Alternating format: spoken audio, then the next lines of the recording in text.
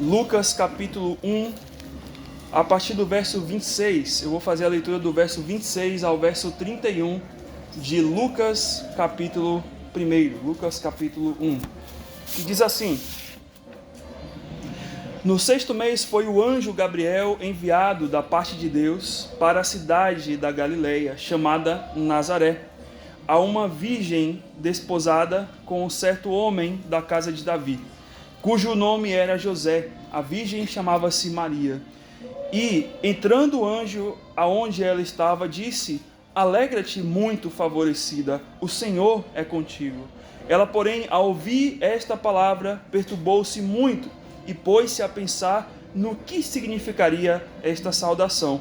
Mas o anjo lhe disse: Maria, não temas, porque achaste graça diante de Deus. Eis que conceberás e dará à luz um filho, a quem chamarás pelo nome de Jesus. Vamos orar ao Senhor neste momento. Senhor Deus, muito obrigado pela Tua palavra. Muito obrigado pelo tempo que nós vamos ter hoje de meditação, de reflexão, através daquilo que esse trecho aqui de Lucas capítulo 1, versículos 26 a 31, tem para nós, tem para nos mostrar. Senhor, que Teu Espírito Santo trabalhe em nosso coração, que o Teu Espírito trabalhe na vida, Deus, de cada um aqui, de forma intensa, que as verdades que serão ditas, verdades que já conhecemos, mas verdades que precisam ser reforçadas em nossa vida, em nosso coração, para vivermos a nossa vida cristã com mais força, com mais energia, com mais vigor, Deus.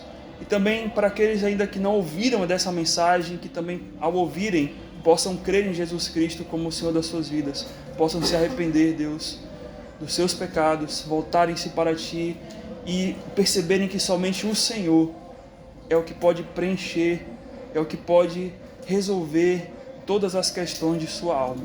No nome de Cristo nós oramos. Amém. Como eu falei, apesar de não conhecermos, de não sabermos a data exata do Natal, o nascimento do Senhor Jesus Cristo, nós sabemos que Ele nasceu. E aí você pergunta: tá, pastor, mas como é que surgiu essa data do dia 25? É uma história longa, não quero falar muito detalhadamente sobre isso, mas não é o dia 25. O dia 25 é mais uma data, infelizmente, pagã, do Sol Invictus, lá do Império Romano.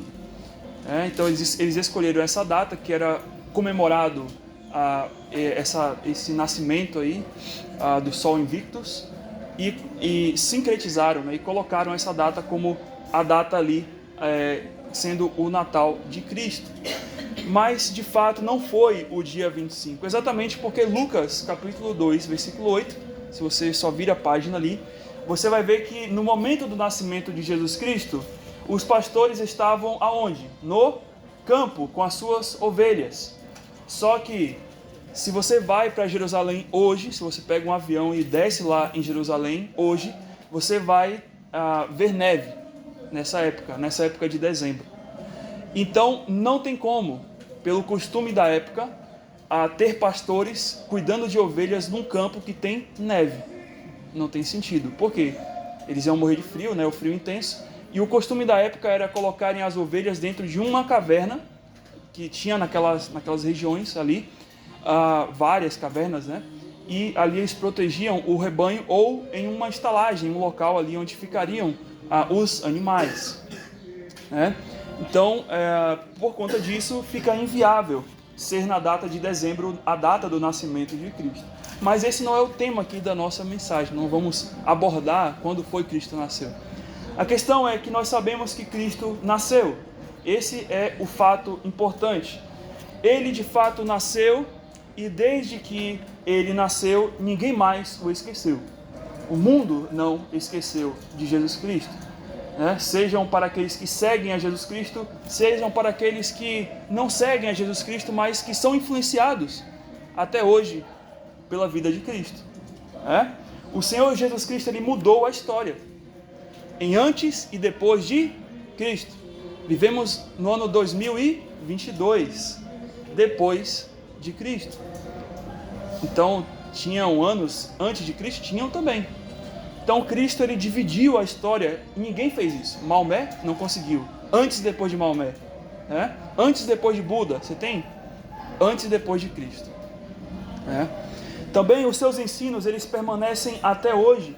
Muitas nações e até leis de países foram criadas, influenciadas exatamente pelo ensino de Cristo. A própria nação americana, né, os Estados Unidos, eles foram fundados exatamente pelo Evangelho de Cristo, pela pregação, pelas boas novas de Cristo. A base da América, né, digamos assim, agora já se perdeu muito, mas no seu nascimento foi exatamente os ensinamentos de Cristo. Além disso, Cristo deixou muitos discípulos que, sob o título de cristãos, hoje, né, são seus seguidores e proclamam a sua mensagem. Em todo lugar que você vai, até em países onde não é permitido pregar o Evangelho, e isso é interessante, né? Porque aqui nos países cristãos pode-se pregar de tudo, o Evangelho e tudo mais, mas em certos países não se pode pregar o Evangelho, né? E os cristãos são maus, né? Depois, né? No final das contas. Mas vivemos nesse mundo terrível e triste. Mas o que torna então o nascimento de Cristo tão especial do que qualquer outro que já aconteceu nessa vida, do que até mesmo o seu nascimento, o meu nascimento, né? É o propósito, o grande propósito do Natal, o grande propósito do nascimento de Cristo. Esse é o tema, né? O título da nossa mensagem, o grande propósito do Natal. E ao ler Lucas capítulo 1, versículos 26 a 31, nos deparamos com esse propósito pelo qual Jesus Cristo nasceu, para um propósito tão importante que era merecido um anúncio bem especial, como nós vamos ver. Geralmente, nos tempos de hoje, as mulheres, elas ficam sabendo que estão grávidas como? Através de um teste, né? Faz o beta, né, lá, tira um sanguezinho, colhe, aí vê lá a quantidade ali de hormônios que determinam se está grávida ou não.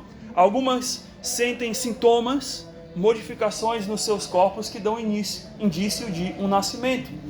Mas o texto aqui que fala sobre o anúncio de Cristo, sobre a gravidez de Maria, é diferente, né?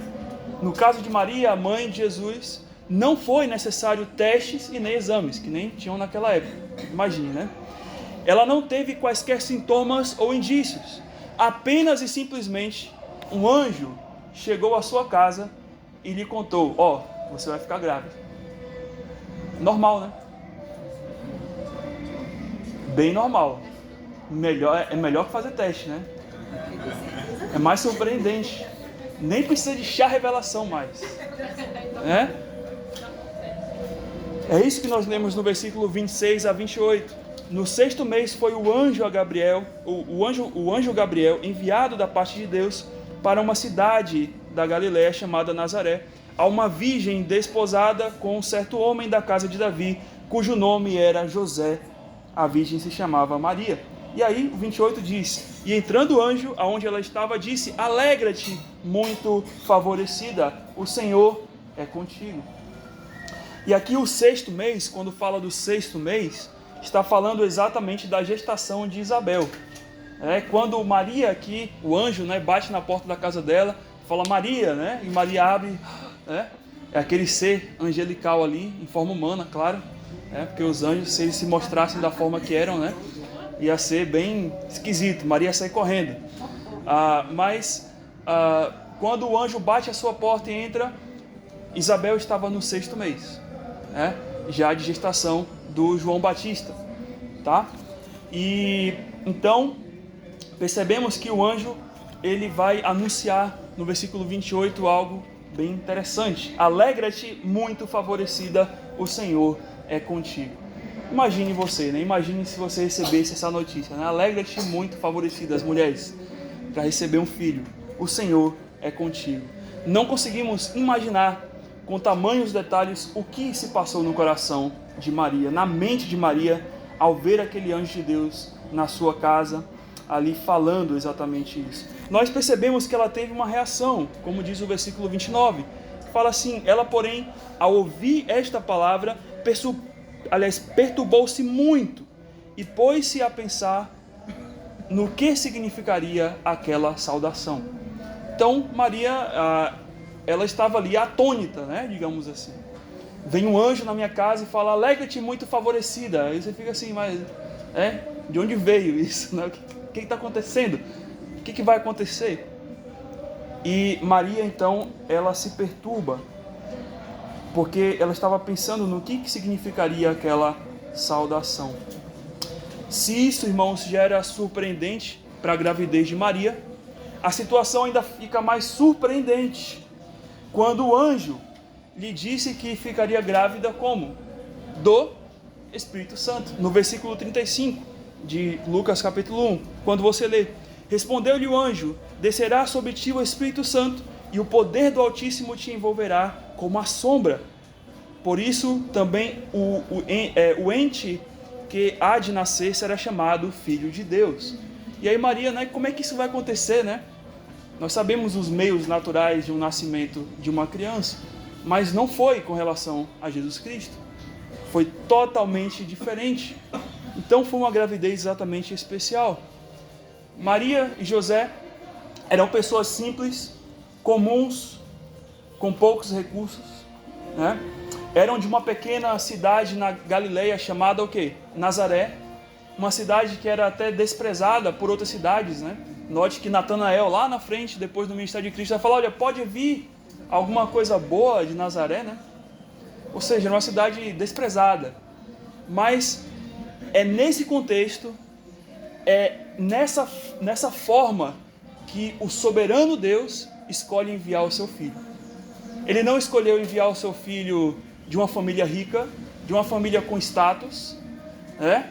Da família mais rica de Jerusalém ou de outro qualquer lugar, que seriam cidades grandes, mas ele escolheu uma cidadezinha pequena, desprezada, uma família com pouco recurso, uma família humilde, pessoas simples. E ali nasceu a pessoa mais importante que já passou por essa terra. E por que então Deus não escolheu, né? Escolheu dessa forma? Por que ele não escolheu o melhor para o filho dele? Porque exatamente essa é a forma como Deus trabalha. Paulo diz em 1 Coríntios capítulo 1, versículo 27, que Deus escolheu as coisas loucas deste mundo para confundir as sábias. E ele escolheu as coisas fracas deste mundo para confundir as fortes. É assim que Deus trabalha. 2 Coríntios 4, 7, Paulo vai complementar dizendo: para que a excelência seja do poder de Deus e não de nós. É por isso que Deus faz desse jeito. Deus, ele não precisa mostrar a sua força para a gente. Ele não tem nenhuma obrigação de mostrar quem ele é. Mas ele faz do jeito que ele faz, desse jeitinho tão simples e tão pouco para nós, para poder mostrar o quão grande ele é. O nascimento de Cristo, como eu disse, teve todos esses milagres da vinda do anjo, né? Do Espírito Santo concebendo a Maria, porque precisava ser assim. Sem isto, não se poderia chegar ao grande propósito do seu nascimento. Deus não estava se importando como Cristo ia nascer. Deus não estava se importando se ele ia nascer num palácio, se ele ia ter grandes coisas, se ele ia... não, numa grande cidade. Ele estava se importando com uma coisa naquele momento, comigo e com você. E com o propósito que ele tinha exatamente para a vinda de Cristo. Jesus Cristo nasceu de uma virgem noiva, que foi concebida pelo Espírito Santo de Deus. E não foi concebida da forma normal, como eu falei, mas o próprio Deus, sem qualquer contato, fecundou a Maria, o próprio Deus. E então, como lemos em João 1,14, o Verbo se fez carne e habitou entre nós. Aqui percebemos o próprio Deus trino, ou triuno, se tornando como um de nós, na pessoa de Jesus Cristo, o Deus Filho. E conforme vamos ver nos versículos aqui de Lucas 1, a partir do versículo 29 e 30, né? Aliás 30 e 31, para que esse grande propósito então ele acontecesse, tinha que ser o próprio Deus vindo a este mundo. Não podia ser nenhuma outra pessoa. Deus não podia mandar nenhum representante, nenhum de nós, que não nasceu do jeito como Cristo nasceu, para que ele pudesse realizar esse grande propósito. O nascimento de Cristo, portanto, teve alvo cumprir o grande propósito de Deus aos homens. E como a gente pode ver isso? E aqui eu queria mostrar exatamente em Lucas 1, como a gente percebe aspectos do propósito de Deus aqui, através da vinda de Cristo, desse grande propósito de Deus. E um desses aspectos é que no grande propósito de Deus, na vinda de Cristo, para nós, os homens, Cristo veio então para nos livrar de um terrível mal da nossa alma, um terrível mal de nossa alma. Esse foi o motivo, o propósito pelo qual Cristo ele veio. Ele veio para nos livrar do terrível mal de nossa alma. O versículo 30 vai dizer assim: mas o anjo lhe disse: Maria, não temas. Maria, não temas. O anjo Gabriel, aqui, ele falou isso também com Zacarias. Se você vê lá em Lucas capítulo 1, versículo 13, ele vai dizer a Zacarias a mesma coisa. Porque assim como Maria, Zacarias estava o quê? Perturbado, né? Porque viu o anjo, né? Então ver um anjo não é uma coisa assim normal. Então ele ficou perturbado. E por causa disso, ele ficou temeroso. E o anjo disse a Zacarias: não temas. E disse a Maria também: não temas.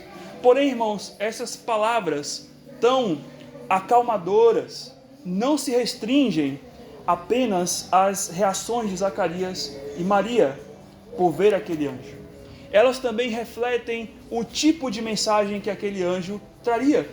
Porque note, se o anjo Gabriel viesse anunciar a Maria algo terrível, você acha que ele iria falar não temas a ela? Pelo contrário, ele ia deixar ela com mais pavor. Ele ia falar: vim aqui agora, Maria, você vai ver, e trazer uma mensagem de juízo para ela. Mas não é o propósito do anjo. O propósito do anjo é dizer: Maria, não temas, fica tranquila. O anjo Gabriel estava prestes a anunciar a mensagem mais maravilhosa que qualquer pessoa poderia receber nessa vida, que é uma mensagem de libertação, não de condenação. Essa mensagem é a solução de um grave problema que acomete a cada pessoa aqui hoje, a mim e a você, que se chama pecado. Esse é o terrível mal de nossa alma, do qual Deus ele enviou a Jesus Cristo para poder resolver. Os nossos pecados são a causa de todas as dores, sofrimentos, aflições físicas e espirituais que sentimos. A natureza do pecado que está em nós nos leva a cometermos vários, que chamamos de erros, Mas pecado é errar o alvo, ofender a Deus. E ofendemos a Deus por causa disso. Jeremias capítulo 3, versículo 39, se você abrir, abre lá, em Jeremias 3, 39. Veja o que esse versículo tem a nos dizer. Jeremias capítulo 3, versículo 39. Aqui a palavra de Deus diz o seguinte: se você tiver que se queixar de alguma coisa, Jeremias 3, 39 vai dizer: por que, pois, se queixa o homem vivente? Queixe-se cada um dos seus próprios pecados. Porque tudo que nós passamos, todas as dores, os sofrimentos que nós sentimos, a causa disso é o pecado. É o pecado que habita em nós, é o pecado que nos torna longes, afastados, distantes de Deus, perto daquilo que é errado. E Paulo também vai nos dizer isso lá em Romanos capítulo 7, versículos 18 a 20. Vai lá, em Romanos 7, 18 a 20. Você vai ver isso também. Romanos 7, 18 a 20. Paulo vai olhar para a sua própria vida e ele vai dizer as seguintes palavras: porque eu sei que em mim, isto é, na minha carne, não habita bem algum, pois o querer o bem está em mim, porém não efetuá-lo. Porque não faço o bem que prefiro, mas faço o mal que não quero, esse faço. Mas se eu faço o que não quero, já não sou eu quem o faz, e sim o pecado que habita em mim.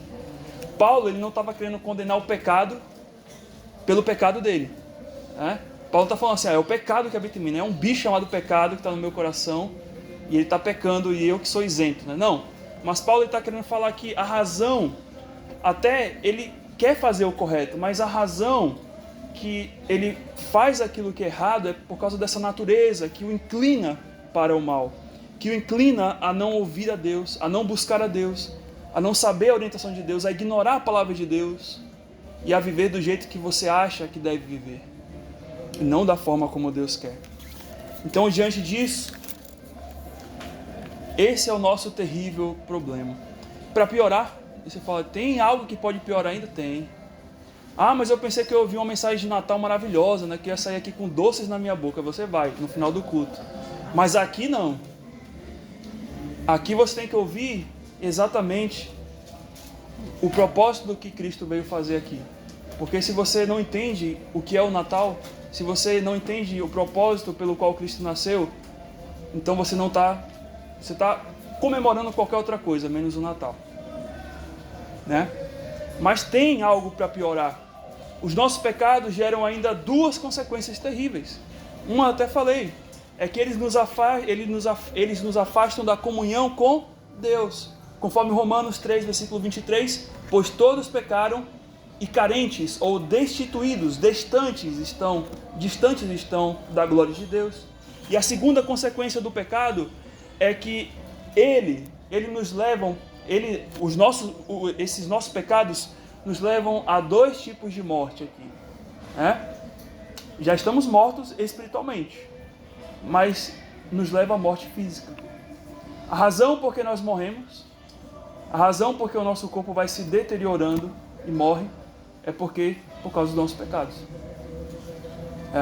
Bem como também a morte espiritual, que é a pior morte de todas.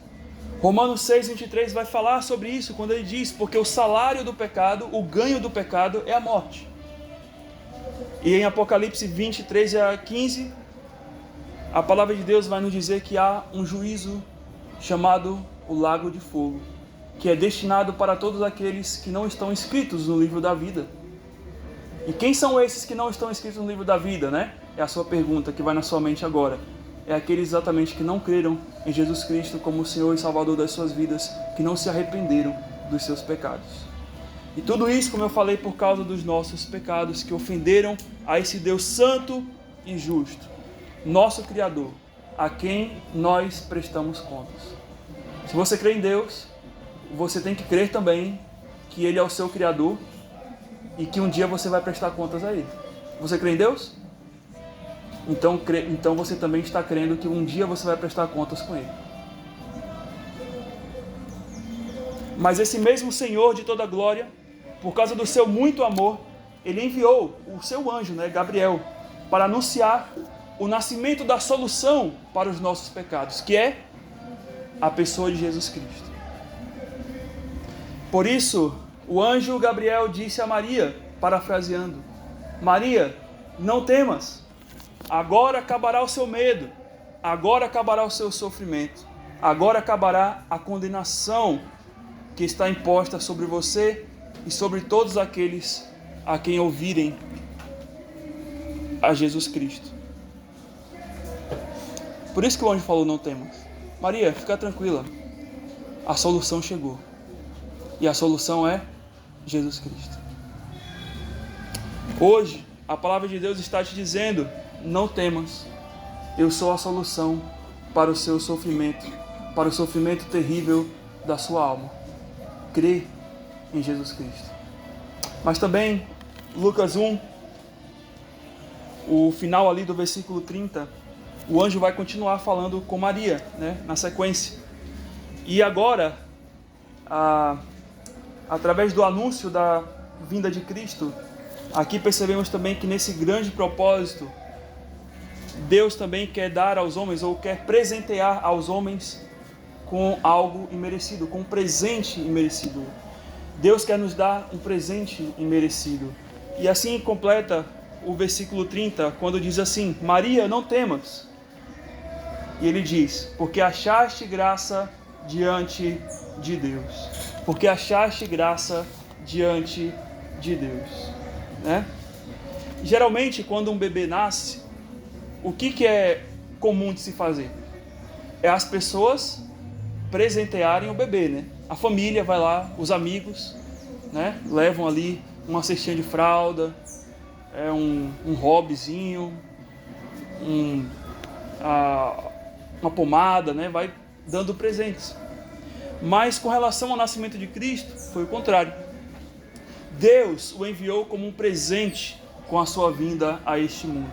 O fato do anjo Gabriel cumprimentar Maria, no versículo 28, dizendo: alegra-te, muito favorecida, né? Expõe a qualidade do presente que ela recebeu de Deus. As palavras, tanto no versículo 28, alegra-te, muito favorecida, e como no versículo 30, quando o anjo diz a ela: achaste graça, é a mesma palavra no grego, na língua em que foi escrita a Bíblia, né? Que é a palavra charis, que é a palavra graça, que diz respeito a favor ou presente imerecido. A palavra charis, né, ou a graça, né, essa palavra graça, ela reflete uma relação de alguém que não tem o dever de dar nada com alguém que não tem o direito de receber nada. É isso que é graça. Graça une essas duas pessoas. Alguém que não tem dever de dar nada e alguém que não tem o direito de receber nada. E quem era que não tinha o direito de dar nada? Deus. E quem é que não tinha que não tinha o direito de receber alguma coisa? Nós. Eu já falei aqui e vocês já sabem, e vou até querer que vocês falem também. O que de fato diante de Deus nós merecemos? A morte, a condenação eterna por causa dos nossos pecados. Se tem algo que nós merecemos, é isso. Mas Deus, Ele mandou a Jesus Cristo como um presente merecido, como uma oferta de graça para nos salvar. E isso é imerecido. Eu não mereço. Não mereço. Eu mereci a morte. Mas Cristo, e como Maria, né, ouve, né, achaste graça, né, diante de Deus. Ou seja, Deus olhou para você, Maria, e falou assim: é você a quem eu quero agraciar. Não foi eu que fui atrás dessa graça, mas foi Deus que deu exatamente a Maria, mas também a todo aquele que crê em Jesus Cristo. O presente imerecido que Maria recebeu não era estritamente o de ser mãe, ou de colocar nos seus braços um bebezinho e chamá-lo de seu filho, embora que isso é um presente, né, para as mães que estão aqui, né? Mas o presente merecido de Maria é que desde o seu ventre, aquele seria o presente para a sua própria vida, o seu Salvador. Ela teve o privilégio de carregar no seu ventre e cuidar sob o seu olhar o Salvador da sua vida e o Salvador de todos. Sabe o que é isso? Eu não sei, né? Primeiramente porque eu não sou mulher. Mas depois as mulheres, né, também vocês nunca saberão, porque só Maria soube o que é isso. Carregar no seu ventre o seu próprio Salvador. Após entender o anúncio do anjo Gabriel, Maria diz, então, nos versículos 46 e 50, no Cântico de Maria, né, chamado de Cântico de Maria, em Lucas capítulo 1, quando diz assim: então disse Maria, a minha alma engrandece ao Senhor, e o meu espírito se alegrou em Deus, meu Salvador. Maria olha para si e diz assim: eu preciso de salvação, porque se eu tenho um Salvador, é porque eu preciso ser salvo de algo. Então ele é o meu Salvador. E ela continua: porque contemplou na humildade da tua serva, pois desde agora todas as gerações me considerarão bem-aventurada, porque o poderoso me fez grandes coisas, santo é o seu nome. Esse cântico de Maria, ele reflete exatamente não só a fala de Maria aqui, mas a fala de todo cristão. Todo cristão deve olhar para isso aqui e dizer: a minha alma engrandece ao Senhor, e o meu espírito se alegra nesse Deus, meu Salvador, do qual eu achei, né, fui achado por esse Deus na graça. E agora eu posso hoje ser bem-aventurado.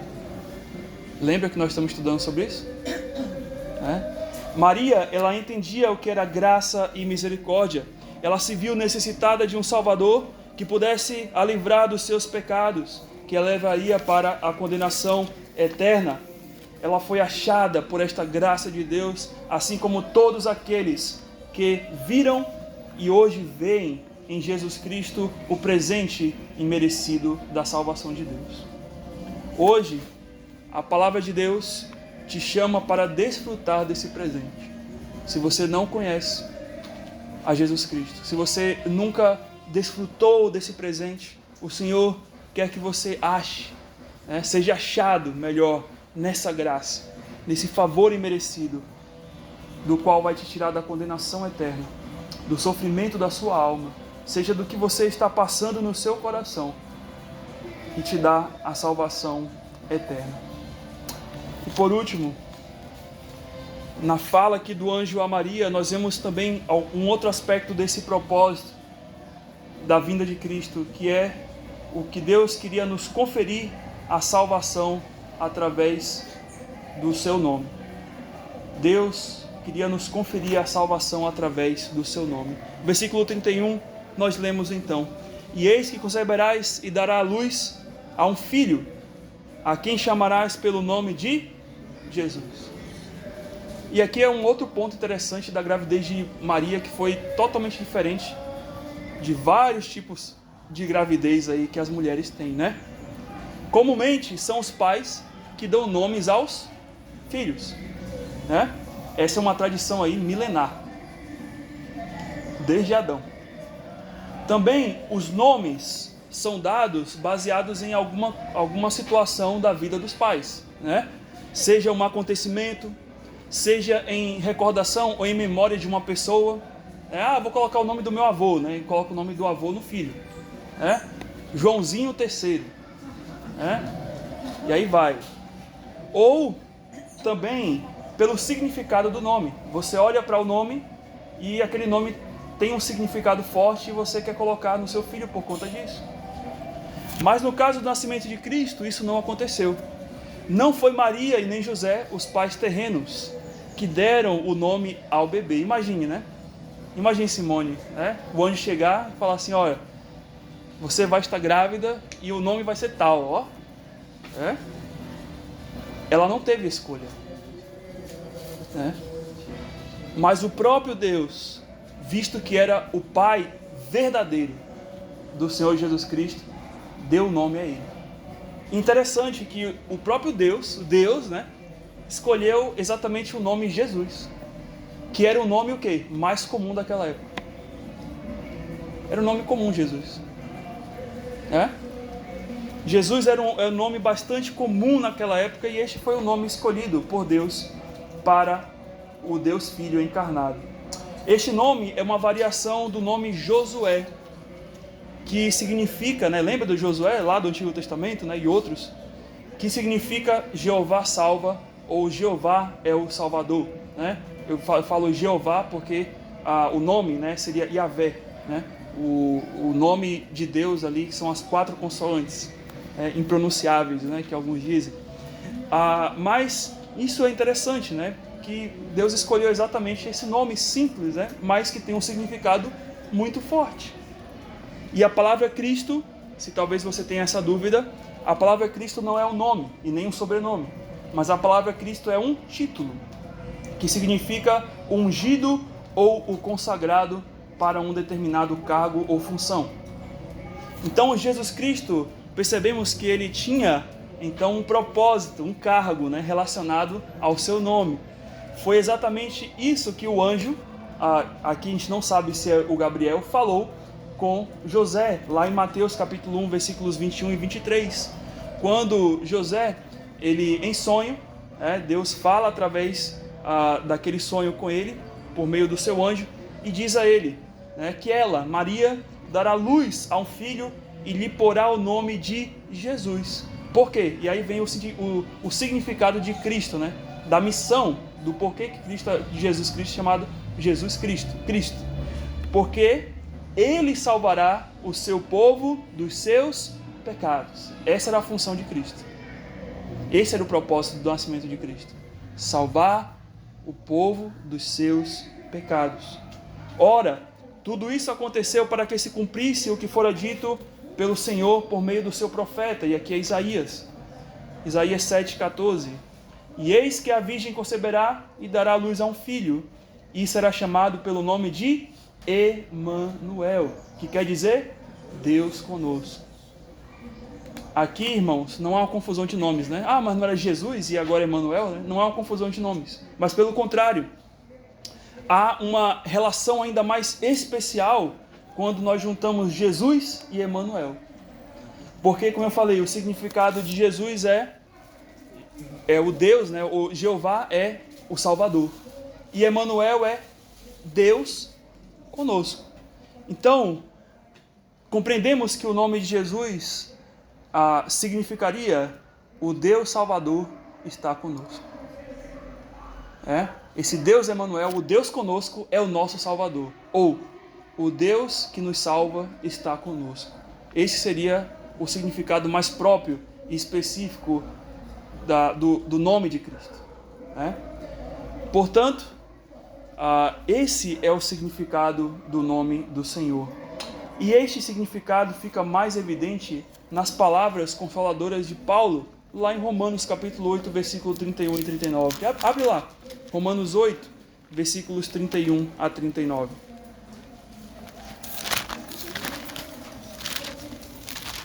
Romanos 8, 31 a 39.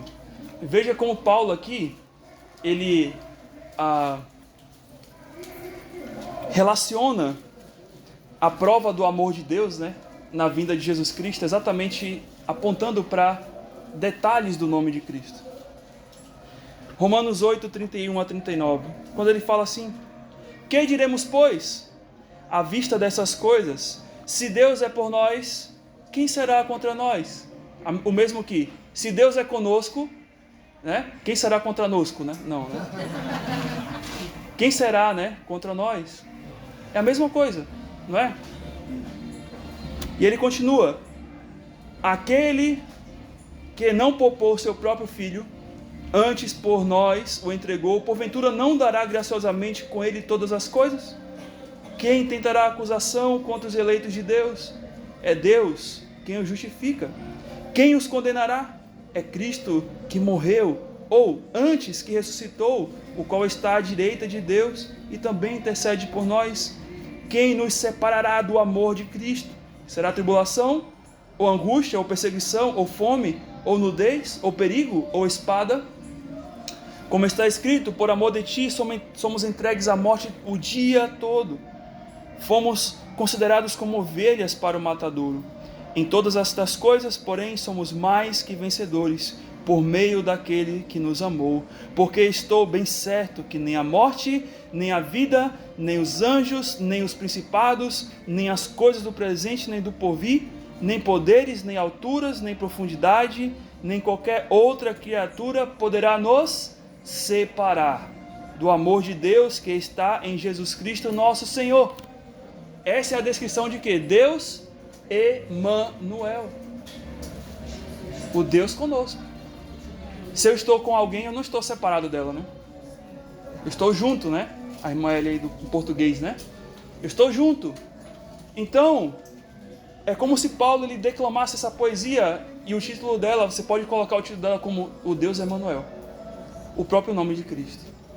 E essa foi a finalidade pelo qual Cristo veio ao mundo. Cristo veio ao mundo para que ele pudesse te aproximar do Deus a quem com o seu pecado você ofendeu, do Deus que te promete tirar da condenação eterna e te levar com ele para as moradas celestes no céu, quando passar essa vida, do Deus que quer te dar a vida chamada de eterno. Hoje a palavra de Deus te chama para conhecer a Jesus Cristo, o Deus Salvador que está no coração de todo aquele que crê e que quer também fazer parte da sua vida. Jesus Cristo nasceu, como nós cantamos, para morrer. Olha só, né? Ele já veio com o propósito de morrer. Ele não morreu naquela cruz em vão, mas Deus o enviou para este mundo, porque ele precisava morrer, pagando o preço dos nossos pecados, nos libertando dos nossos pecados, para que não fôssemos para a condenação eterna no lago de fogo, mas para nos dar a verdadeira vida, que é a verdadeira vida ao seu lado, lá no céu, aos que creem no seu nome. Este é o grande propósito do Natal. Que você entenda que Deus tanto te amou, ao ponto dele sacrificar o seu próprio filho, para morrer na cruz por você, para que você não fosse para uma condenação eterna, mas para que você entrasse com ele na sua glória, e lá nessa glória, pela eternidade, você possa dizer: Emanuel, Deus conosco, Deus está comigo eternamente. João 3,16 é o resumo do propósito de Deus, porque Deus amou o mundo de tal maneira que deu seu Filho unigênito, para que todo aquele que nele crê não pereça, mas tenha a vida eterna. E Ele te amou, Ele quer te dar essa vida eterna. Crê no Senhor Jesus Cristo, o Emanuel, e você ouvirá dele: não temas, porque achaste graça diante de Deus.